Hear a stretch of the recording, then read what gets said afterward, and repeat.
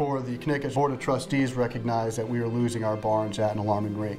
And barns are a building type that don't really have protections. They don't have a lot of research on them.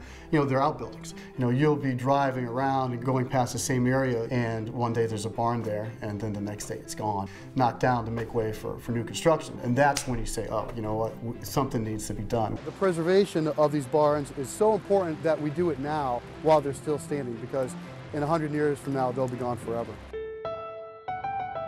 I graduated in 2003 from SCAD with an MFA in architectural history. I called the Connecticut Trust for Historic Preservation and said, hey, listen, would you like, you know, a kid with a master's degree to come here and work for free? And that led to where I am today.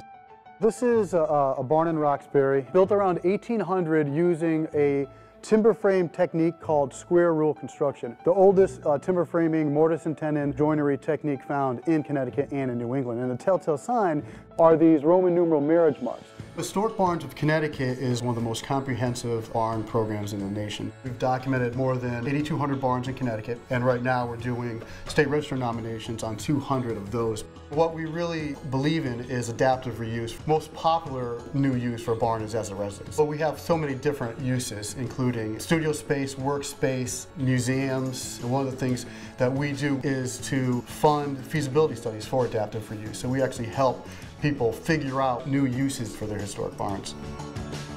When you talk about architectural history and preservation, you usually think that you're concentrating on the building or the site, but it's really about the people, and it's about their story. I was doing research on a barn and went to this site, and it's this old historic tobacco shed. Sometime in the 19th century, the original owners sold it to a subsequent owner. This guy's name was Fred, and Fred apparently died in the red barn, and nobody knew. So, you know, they're checking out their site, and they opened the door and found, you know, Fred dead in the red shed.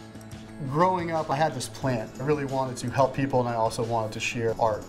And then now here I am, you know, 20 years later. While I don't paint as much as I'd like to, I'm an architectural historian, and I do get to do some drawings, but I get to help people. Everybody has a story, and everybody has places that are important to them. I think sharing their story with others brings us all closer together.